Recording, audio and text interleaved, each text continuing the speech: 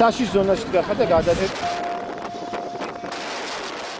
2013 წლის დეკემბერი, მზიანი ამინდი, თუმცა სულ ერთი წლის წინათ გახსნილი იუსტიციის სახლი ქარმა მაინც წაიღო. ნაცმოძრაობის ფასადური დემოკრატია ნაწილებად ჩამოიშალა და ლამის ხალხიც ქვეშ მოიყოლა. არჩევნებში კრახის კვალად ეს ინციდენტიც სიმბოლური იყო, თან ცოტა სასაცილოც. ჩვენ ვხსნით მსოფლიოში ყველაზე დიდ სახელმწიფო და კერძო მომსახურების ცენტრს. ეს არის იმ ხელა პროექტი, რომელშიც ჩართულია ძალიან ბევრი ქვეყნის ყველაზე მაღალი დონის სპეციალისტები. სულ ხალხი გამორბოდნენ იქიდან, შენობიდან და ევაკუაცია კარგად გააკეთეს. ევაკუაცია მოხდა ხალხი, შენობა იყო დაცლილი. ამჟამად მიმდინარეობს იმ დარჩენილი გადახურვის ფურცლების დემონტაჟი, რომელიც ქმნის საშუალებას რომ ჩამოვარდეს. ესენი სულ 20 და ახლა წვივა, და ჩაკეტილი არის და მე პასპორტის სასახლებაც მივდიოდი და როდის ავიღებ ახლა არ ვიცი. საბუთების გაცემაც აღდგა და სახურავით შეკეთდა. თუმცა მსოფლიოს უმსხვილესი რეესტრი, როგორც ნაცრეკლამა იყო, გრევას განაგრძობდა. მომდევნო წელს სახურავი ისევ ჩამოიშალა და იქ 15 ტონა ნაგავი, ნაცმოძრაობის რეალური სახე გამოჩნდა. იყო ეს ამოქოლილი სწრაფად და რეალურად საკუთარ მოსახლეობას მიშა სააკაშვილმა, ჩემმა წინამორბედმა, ბატონმა ვაშაძემ დაუმალეს, რომ შეკრულ სახურავში, რომელშიც სივრცე არის 2 მეტრი სიმაღლის, დატოვეს სიცოცხლისთვის საშიში ნივთები. იუსტიციის სამინისტრო პროკურატურაში მასალებს გზავნის. საუბარია ფოტოებსა და დოკუმენტაციაზე, რომლებიც თბილისის იუსტიციის სახლის სახურავზე აღმოჩენილ სამშენებლო ნარჩენებს ასახავს. პროკურატურას მასალები კი გადაეცა, მაგრამ გაგრძელება არ მოჰყვა. ვაშაძე სააკაშვილის პატრონებს პროცესებზე გავლენა ჯერ ისევ ჰქონდათ. მორჩილების ფასად ნაცმოძრაობის ნებისმიერ დანაშაულს ისინი მარტივად ჩხმალავდნენ. უნიჭობას კი ტაშს უკრავდნენ. თუმცა ხალხი არ მოტყუდა და 2003-ის შემდეგ ყველა არჩევნებზე მათ უარს ეუბნება. ჰილარი კლინტონისა და ბრიტანეთის პარლამენტის მიერ აღიარებული იუსტიციის სახლი. The example of Georgia is truly remarkable. შეიქმნა გიორგი ვაშაძის ხელმძღვანელობით. გიორგი ვაშაძე პრემიერად. დავიწყოთ აღმშენებლობა. ამ ვიდეორ გოლზე დღეს ალბათ ყველას ეცინება. 5 წლის წინ კი იუსტიციის ყოფილ ნაცმინისტრს ეგონა ჰილარის ხათრით ხალხი მიემხრობოდა. იუსტიციის სახლი ჩემი შვილივით არის. პროდუქტი იმ შვიდწლიანი რეფორმების არ უნდა იყოს ესეთი მოულელი რა. სინამდვილეში კი მოვლაც და რეფორმებიც მას შემდეგ დაიწყო, რაც იქიდან ნაცმოძრაობის ნაგავი გაიტანეს. ეს საგარეჯოში იხსნება იუსტიციის სახლი და პირველ რიგში უნდა მიულოცოთ ეს დღე, რა თქმა უნდა, ადგილობრივ მოსახლეობას, საგარეჯოელებს, რომლებიც ისარგებლებენ. კახეთის რეგიონში არის 19-ე, ქვეყნის მასშტაბით ეს არის 125 ფილიალი და რა თქმა უნდა, გაგრძელდება მომავალში ზრუნვა ამ ქსელის კიდევ უფრო მეტად გაფართოებაზე. შენობა, როგორც ხედავთ, არის თანამედროვე დიზაინის, მორგებული არის ყველა იმ აუცილებლობაზე, რაც სჭირდებათ შეზღუდული შესაძლებლობის მქონე პირებს. აქ შესაძლებელია ნებისმიერი სერვისის მიღება, მათ შორის ჩვენ გვაქვს კუთხე, რომელიც განკუთვნილი არის ქორწინებისათვის. თავს მივცემ უფლებას მოგიწვიოთ და დავათვალიეროთ საგარეჯოს იუსტიციის სახლი. საქართველოში ყოველწლიურად ტარდება მომხმარებლის კმაყოფილების კვლევა. წინა კვლევა მაჩვენა, რომ კმაყოფილების ინდექსი იყო 92%, რაც ნებისმიერი შეფასების საფუძველზე წარმოადგენს საუკეთესო შეფასებას. 2012 წლამდე სულ 1 ათეული იუსტიციის სახლი, სულ 12 იუსტიციის სახლი მოქმედებდა და დაახლოებით 200 სერვისი ჰქონდათ მაშინ. ამ პერიოდის განმავლობაში იუსტიციის სახლების რაოდენობა გაიზარდა 126-მდე.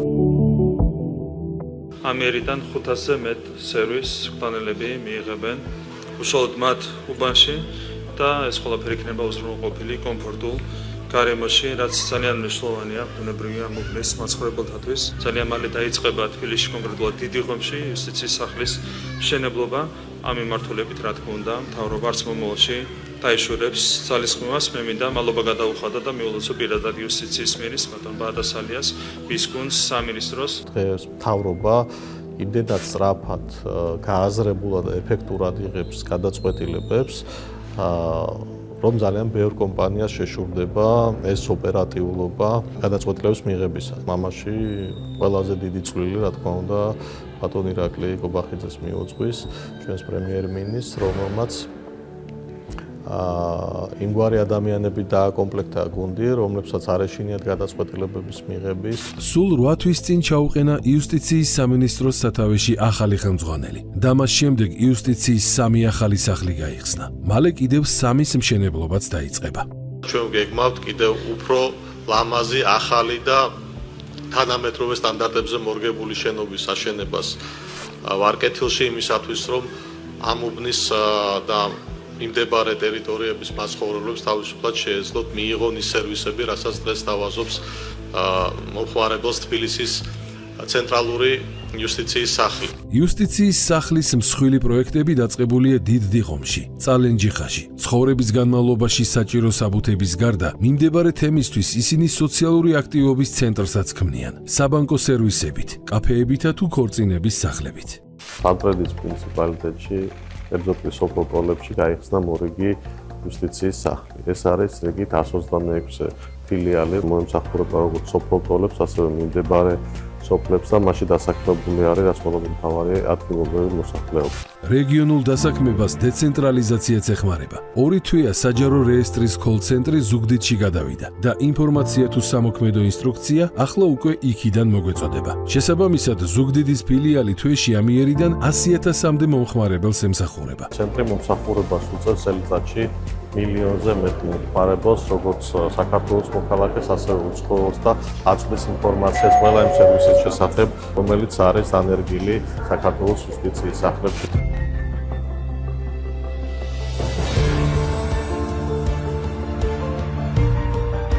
Mr. Pata Salian, Minister of Justice of Georgia. I'm deeply honored. ჩემთვის პატივია გაცნობოთ, რომ 2026 წლის საჯარო სერვისების ფორუმის მასპინძლად გაერომ საქართველოში არჩია. ჩვენი მთავრობის სახელით თითოეულ თქვენგანს მომავალ წელს თბილისში გეპატიჟებით. ჩვენ მქონდა უკვე სხვადასხვა ევროპული ქვეყნების წარმომადგენლებთან, მათ შორის ელჩებთანაც შეხვედრა, სადაც ასე ვთქვათ, ამბობენ, რომ ჩვენ გაცილებით წინ ვართ ტექნოლოგიური თვალსაზრისით, თუნდაც საჯარო სერვისების მიწოდების ნაწილში. სწორედ ეს ჩვენი გამოცდილება და ჩვენი წარმატებები გახდა იმის წინაპირობა, რომ საქართველოს მასპინძლობს მომდევნო ფორუმს. სერვისების მიწოდების ერთი ნოუ-ჰაუ, რომელსაც საქართველოს მსოფლიოს გაუზიარებს, მობილური იუსტიციის სახლებია. მოშორებულ მთიან რეგიონებში, მცირე დასახლებაშიც კი, ყველა საჭირო სერვისი სახელმწიფოს თითოეულ ოჯახთან თავად მიაქვს. როცა ვსაუბრობთ ინოვაციურ პროექტებზე, რა თქმა უნდა, პირველ რიგში ხაზი უნდა გაუსვათ და ყურადღება უნდა გავამახვილოთ მობილური იუსტიციის სახლზე.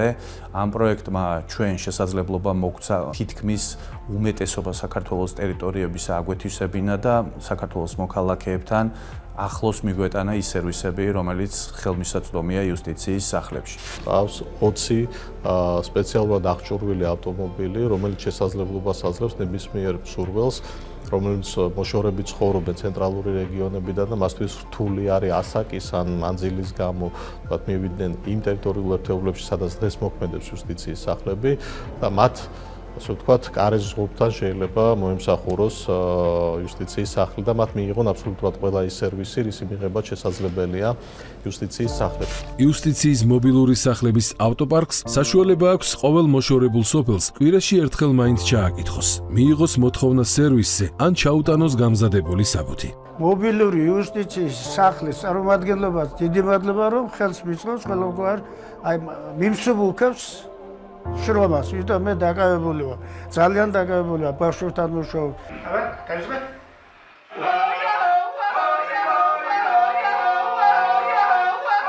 გუნდი ქორწილში სამღერლად ემზადება, სადაც მობილური იუსტიციის სახლიც დაპატიჟებულია. ქორწინების რეგისტრაცია ერთ-ერთი მობილური სერვისია. და ამას მსოფლიო ხედავს, თუ როგორ ზრუნავს სახელმწიფო თითოეულ მოქალაქეზე და მიდის მასთან, როდესაც სჭირდება. მსოფლიო ფორუმის ადგილად საქართველოს შერჩევით გაერომ ეს მკაფიოდ განაცხადა. აქ მთელი მსოფლიოდან გაერთიანდნენ ადამიანები, რომლებიც პროგრესზე არიან ორიენტირებულები. მოხარულები ვართ, რომ მომავალ წელს გაეროს საჯარო სერვისების მსოფლიო ფორუმს საქართველო უმასპინძლებს. შესაბამისი სარეკლამო კლიპი სოციალურ მედიაში უკვე განთავსდა და საქართველოს იმიჯს ამყარებს. In 2026-ში თბილისი მთელ მსოფლიოს მოუყრის თავს და აჩვენებს თავის რევოლუციურ საჯარო სერვისებს, რომელიც დანარჩენი ქვეყნებისთვის მაგალითია. ეს საქართველო. This is Georgia. ეს კი ბრიუსელია. უკრაინაში მარცხის გამო ჯავრს ის საქართველოზე იყრის, რომელმაც რუსეთის წინააღმდეგ ავანტურაში ჩართვაზე უარი უთხრა. In Georgia, the EU calls on the authorities ევროკავშირი მოუწოდებს საქართველოს ადმინისტრაციას შეაჩეროს დემოკრატიული უკუსლა და პატივისცეს ადამიანის უფლებებს. ამ ფრაზას კაია კალასი ყველა ტრიბუნიდან ისვრის, თუმცა მიზანს ყოველ ჯერზე სცდება. მსოფლიო რეიტინგებში საქართველოს საპირისპირო შეფასება აქვს და ბრიუსელის გარდა ამას ყველა ხედავს. მაგალითად, გაეროს შეფასებით ადამიანის თავისუფლების მხრივ საქართველოს მსოფლიოში 47-ია, მოლდოვა 86-ე, უკრაინა კი 87-ე. ეს კი მსოფლიო ბანკის მიერ სამთავრობო მართვის შეფასებაა. წითელი ტეხილით ბოლო წლების საქართველოა გამოსახული, ლურჯით ევროკავშირი. და ვხედავთ, რომ ორივე ერთ დონეზეა. მაშინ, როცა მოლდოვა და უკრაინა, ანუ მუქი ფერის ტეხილები სადღაც ფსკერზეა. შესაბამისად, როდესაც კაია კალას ნასროლი უკან დაუბრუნდა, მიზანს არ ასცილებია. ღრმად ვართ შეშფოთებულნი მართული დეზინფორმაციის კამპანიებისა და ზოგიერთი აქტორის კოორდინირებული ქმედებებით, რომლებიც მიმართულია საქართველოს დემოკრატიული ინსტიტუტებისა და პროცესების წინააღმდეგ. ეს დესტრუქციული მცდელობები მიზნად ისახავს ზიანი მიაყენოს საზოგადოების ნდობას, გააღრმაოს პოლარიზაცია და შეასუსტოს სახელმწიფოს საფუძვლები. სამწუხაროდ, სულ უფრო ხშირად ვხედავთ მსგავსი მიზნებისთვის საერთაშორისო ორგანიზაციებისა და ინსტიტუტების ბოროტად გამოყენების მცდელობებს, რაც ზიანს აყენებს მათ რეპუტაციას და მათ და მის საზოგადოების ნდობას. ყველა ეს განცხადება, რაც ბოლო პერიოდში ბრიუსელიდან გვესმის, საერთოდ აცდენილია იმ რეალობას, რაც ხდება საქართველოში.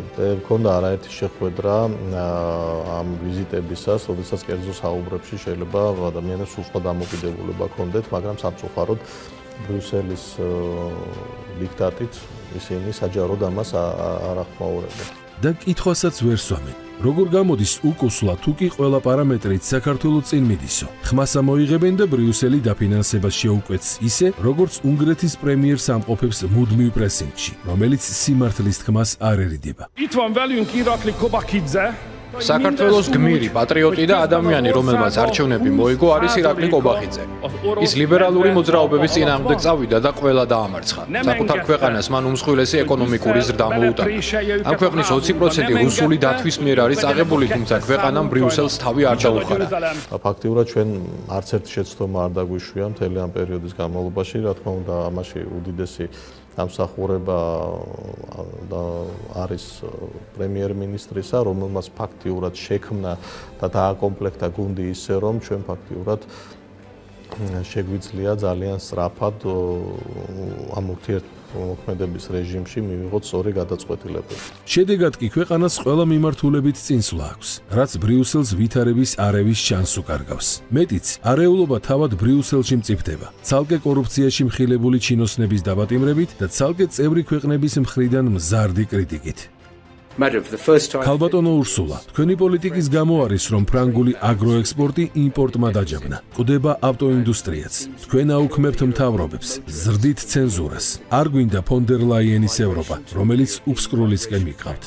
ისინი ცდილობენ ხელი შეუშალონ ქვეყნის განვითარების პროცესს, რაც არის ძალიან სამწუხარო მოვლენა, ეს მეტყველებს იმ მძიმე ვითარებაზე, რომელიც დღეს არის შექმნილი ევროპულ ბიუროკრატიაში და სწორედ ასეთი მიდგომების ორმაგი სტანდარტების შედეგია ის, რომ ევროკავშირში განვითარების ტენდენციები არის უარყოფითი, ეს ეხება როგორც დემოკრატიას, ისე ადამიანის უფლებებს და ასევე ეკონომიკას.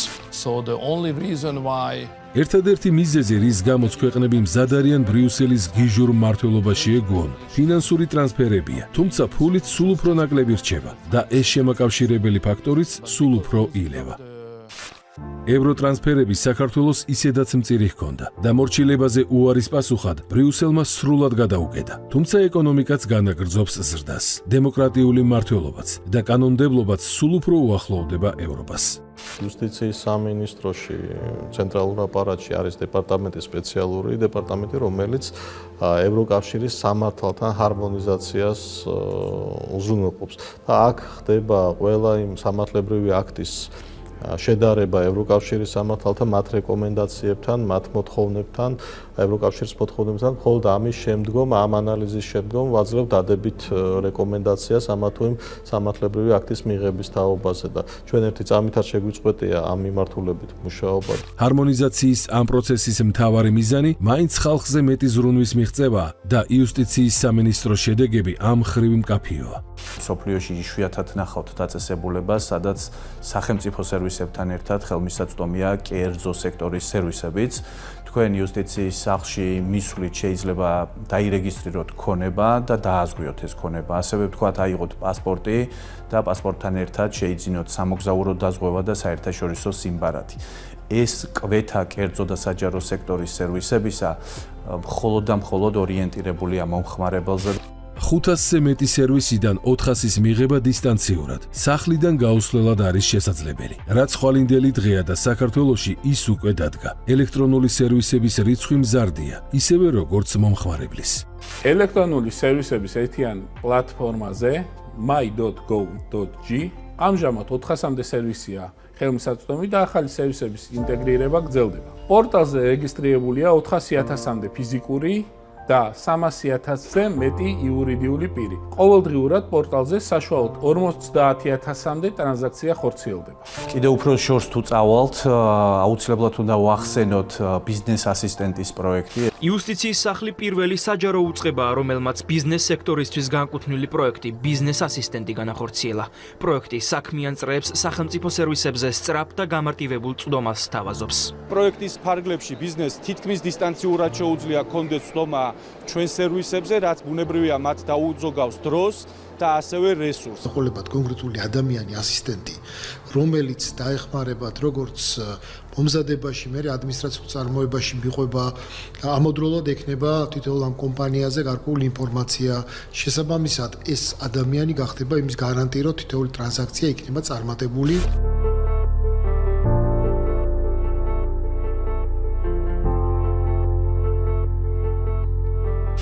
თუმცა ყველაზე მასშტაბური და შეიძლება ითქვას ისტორიული პროექტიც მიწის საყოველთაო რეგისტრაცია, რომელიც ფინალურ ეტაპზეა და ეს ქვეყნისთვის ახალი რეალობაა. ამ ეტაპზე ჩვენ დაახლოებით აზომილი გვაქვს 2 მილიონი ნაკვეთი და დაახლოებით 1,470,000 ნაკვეთი უკვე რეგისტრირებულია. ფაქტიურად გასწორდა მთელი საქართველოს რუკა და დღეს უკვე მესაკუთრეს თამამად შეუძლია თქვას, რომ მას ფაქტიურად არავინ მოედავება ამ ნაკვეთზე, იმიტომ რომ გავლილი გვაქვს ეს პროცედურები, შესწავლილი გვაქვს. სოფლად თაობები მხოლოდ ზეპირად ფლობდნენ მიწას. საბუთი არ ჰქონდათ. შედეგად ვერც ყიდდნენ და ვერც თავად ავითარებდნენ. ჩადებული ფულის დაკარგვის ეშინოდათ. საყოველთაო უფასო რეგისტრაციის შედეგად 10,000 ოჯახს ეს პრობლემა მოეხსნა.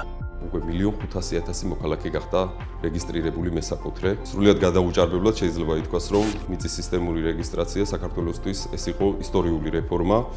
რამდენადაც პირველად მოხდა, როდესაც საქართველოს მოქალაქეები გახდნენ თავიანთი მამაპაპისეული მიწების მესაკუთრეები, რომლებსაც ისინი მანამდე მხოლოდ ფლობდნენ და სარგებლობდნენ.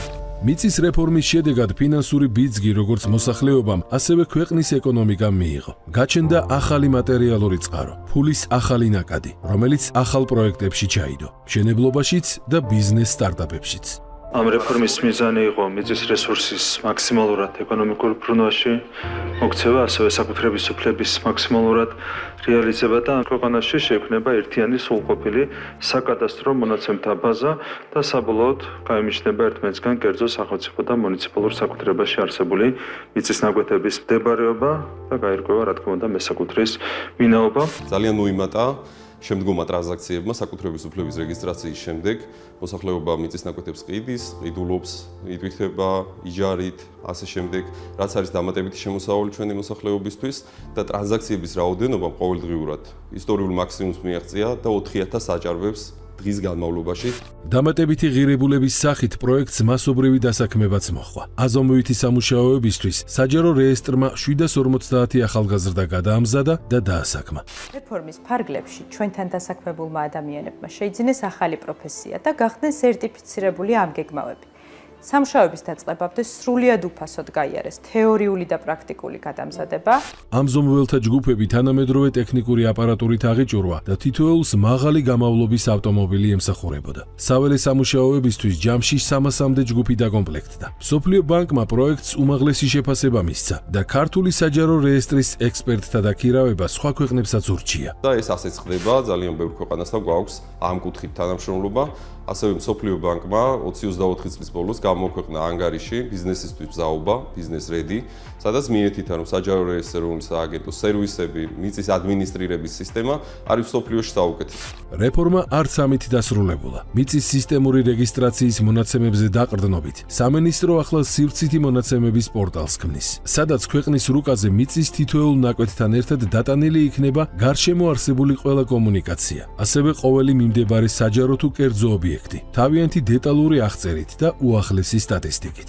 მარტივად და რომ ავხსნათ, ეს იქნება ინტერაქტიული რუკა, სადაც შესაძლებელი იქნება ვნახოთ ყველაფერი. დაწყებული, ვთქვათ, ლანდშაფტური ზონებიდან, მდინარეები, საზღვრები, მუნიციპალიტეტებს შორის, მიწის ფენები, ფუნქციური ზონები, შესაძლებელი იქნება ვნახო ამა თუ იმ ტერიტორიაზე, თქვათ, რამდენი სკოლა არსებობს, რამდენი საავადმყოფო არსებობს. იმ დონემდე დეტალური ინფორმაცია გვექნება დატანილი ამ პორტალზე, რომ შეგვეძლება ვნახოთ თითოეულ სკოლაში რამდენი მოსწავლე სწავლობს. სამშენებლო ნებართვის გაცემისას უკეთ შეფასდება, ყოფნის თუ არა არსებული კომუნიკაციები კიდევ ერთ კორპუსს. მეწარმე კი სწორად გათვლის, ღირს თუ არა მოცემულ სოციალურ-ეკონომიკურ გარემოში ბიზნესის გაფართოება, რაც მთლიანობაში ეკონომიკას წაადგება. იძლევა პრაქტიკულად სრულიად ახალ პერსპექტივებს. ამიტომ ეს არის ძალიან სასიხარულო დიდი ამბავი ჩვენი ქვეყნის თანამედროვე ეპოქაში, თანამედროვე ისტორიაში. ეს არის საქმე, რომლითაც რეალურად ქვეყანა იამაყებს. მსოფლიო ბანკმა 2024 წლის ოქტომბერში გამოქვეყნა ანგარიში, რომლის მიხედვითაც საჯარო რეესტრის სერვისების თვალსაზრისით ჩვენი ქვეყანა საქართველო არის მსოფლიოში საუკეთესო ადგილზე, პირველ ადგილზე. სწორედ ასეთი ინოვაციური სერვისების შეთავაზებით გვაქვს ეს საპატიო პირველი ადგილი მსოფლიოში. ელექტრონულ მონაცემთა სისტემამ კიდევ ერთი მსოფლიო ნოვაციის დანერგვის საშუალება მისცა იუსტიციის სამინისტროს, რაც ისევ მოქალაქის კომფორტსა და თანამედროვე გამოწვევებს პასუხობს. ეს არის გონიერი კონტრაქტი, რომელიც შესაძლებლობას აძლევს დღეისდგომარეობით საქართველოს მოქალაქეებს მსოფლიოს ნებისმიერი წერტილიდან დადონ ნასყიდობის ხელშეკრულება უძრავ ქონებაზე და ამ გარიგებაში ბანკის ჩართონ, იპოთეკით დატვირთონ და ასე შემდეგ. დღეს უკვე არსებობს გონიერი კონტრაქტი. ეს არის იუსტიციის სამინისტროს საჯარო რეესტრის ეროვნული სააგენტოს ნოვატორული სერვისი, რომელსაც მსოფლიოშიც არ აქვს ანალოგი. ონლაინ გარიგების დროს ხელოვნური ინტელექტის მეშვეობით მოწმდება ორივე მხარის ვინაობა. ონლაინ შეხვედრას საჯარო რეესტრის ოპერატორი წარმართავს. ივსება უძრავი ქონების მონაცემები და არც იმაზე ფიქრი მოგიწევს, ვინ მიიღებს პირველი ფულს და ვინ საკუთრების დამადასტურებელ დოკუმენტს. ორივე მხარე ელექტრონულ შეტყობინებას მიიღებს ზუსტად ერთსა და იმავე დროს. ამ პროცესში კი საჯარო რეესტრის კიდევ ერთი ინოვაცია ელექტრონული ხელმოწერა გამოიყენება. სანდო ციფრული იდენტობა და ელექტრონული ხელმოწერა, რათა კომუნიკაცია სახელმწიფოსა და პიროვნებას შორის იყოს დაცული. კიდევ რა ელექტრონული პროდუქტების შექმნაა შესაძლებელი, ეს ციფრული მმართველობის სტრატეგიაშია გაწერილი. მასზე მუშაობა ახლახან დასრულდა და ის იუსტიციის 12-ვე სააგენტოსთვის მომავლის ერთიანი ხედვაა. ქმნის ყველა საჯარო დაწესებულებისთვის საერთო ხედვას. თუ რა გზით უნდა მივაღწიოთ საერთო მიზნებს ციფრული მმართველობის სფეროში. რა ჩანს პირველი ამ გზაზე? ციფრული საფულე, მობილური აპლიკაცია, რომელიც პიროვნების ყველა შესაძლო საბუთსა თუ მოწმობას გააერთიანებს. დაბადების მოწმობიდან თუ სკოლის ატესტატიდან დაწყებული, საპენსიო ბარათით დამთავრებული და შემდეგ ის თავად გადაწყვეტს, რომელი მათგანი გაუზიაროს ამა თუ იმ უწყებას, საჭიროების მიხედვით. 2027 წლის ბოლომდე უნდა გქონდეს ეგრეთ წოდებული ციფრული საფულე. პროექტს პირობითად დავაკვირთ G-Wallet-ი, რაც ნიშნავს იმას, რომ მობილურ მოწყობილობაზე შესაძლებელია, რომ მოქალაქეს ჰქონდეს ყველა ის დოკუმენტი, რომელიც გაიცემა სახელმწიფოს მიერ. ეს არ იქნება უბრალოდ სურათი, ეს დოკუმენტი პირდაპირ დაკავშირებული იქნება ბაზასთან. საფულეში პირადობის მოწმობასთან ერთად შეიძლება ინახებოდეს მართვის მოწმობა, ტექპასპორტი, დიპლომი, სხვადასხვა ლიცენზია, სერტიფიკატი, სტუდენტის სტატუსი და ასე შემდეგ. აღნიშნული აპლიკაციის გამოყენებით მოქალაქეს შეიძლება ავტორიზაციის გავლა სხვადასხვა სახელმწიფო და კერძო პლატფორმაზე უსაფრთხოდ და მარტივად. დაგეგმილი ინოვაციები არც ამით ამოიწურება. სამინისტრო უძრავი ქონების დისტანციურად ყიდვის საშუალებას უცხოელ ინვესტორებსაც მისცემს. ქონების ფასთან ერთად ეს მესაკუთრის ფინანსურ პოტენციალს გაზრდის და შედეგად ბიძგს მიიღებს ეკონომიკაც. ჩვენ გვინდა გავხსნათ და შესაძლებელი გავხადოთ უცხოელი ინვესტორებისათვის ბინების შეძენა საქართველოში ჩამოუსვლელად ონლაინ პლატფორმის მეშვეობით, თუმცა ჩვენი ამბიცია და გეგმები უფრო შორს მიდის და შესაძლებელს გავხდით იმასაც, რომ უძრავი ქონების ფრაქციული გაყიდვა მოხდეს, ასე ვთქვათ, პირობითად რამდენიმე ინვესტორს შეიძლება შეუკავშირდეს ერთმანეთს, მცირე ინვესტორებს და იყიდონ, ვთქვათ, ერთი ან ორი ბინა და შესაბამისად შემოსავლის წყარო გახადონ ის გაქირავების შედეგად. ასეთ გლობალურ პროექტებს ერთი შეხედვით უმნიშვნელო, თუმცა მასშტაბური პრობლემა ხდებოდა ადგილზე. ქვეყნის ტერიტორიის 80%-ს მისამართი არ ჰქონდა და საჯარო რეესტრმა ესეც აღმოფხვრა. გამოიკვეთა შემდეგი ძირითადი პრობლემა, რომ საბჭოთა დროსაც საქართველოში დასახლებები საზღვრებით არ იყო წარმოდგენილი რუკებზე, მხოლოდ მუნიციპალიტეტის 3700-მდე დასახლების საზღვრები იქნა დამუშავებული. არასოდეს არ ყოფილა საქართველოს სოფლებში ქუჩები ფორმირებული და 45000-ზე მეტი ქუჩაა დღეს მდგომარეობით შექმნილი.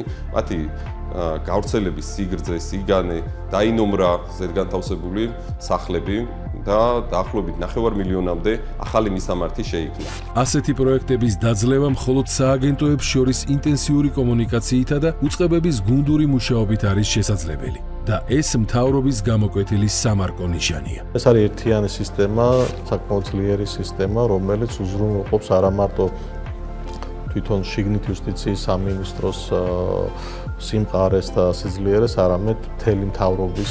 და თუ სიძლიერე ერთიანობაშია, სამინისტროს გეგმაა ყველა ის სერვისი გააერთიანოს, რომელიც სამთავრობო და კერძო სექტორში მოქალაქეებს დღეს ცალ-ცალკე მიეწოდებათ. კიდევ ერთი ამბიციური გეგმა, რომელიც იუსტიციის სახლს გააჩნია, არის ის, რომ იუსტიციის სახლი გახდეს სერვისების ჰაბი საქართველოში. რაც გულისხმობს თავის თავში იმას, რომ ის სერვისები, რომელიც საქართველოს მასშტაბით არის ხელმისაწვდომი, ამ სერვისებმა თავი მოიყარონ იუსტიციის სახლებში და საქართველოს მოქალაქეებს ერთ სივრცეში კონდეთ შესაძლებლობა მიიღონ ყველა ის მომსახურება, რომელიც მათთვის სასიცოცხლოდ მნიშვნელოვანია. ასე რომ ქართული იუსტიცია მომავლის ტექნოლოგიებს უკვე დღეს აშენებს და ნერგავს და ბევრი მიმართულებით სხვა ქვეყნებსაც აძლევს მაგალითს. ახალი ქართული პასპორტი ამ პრაქტიკის მხოლოდ ერთი ეპიზოდია.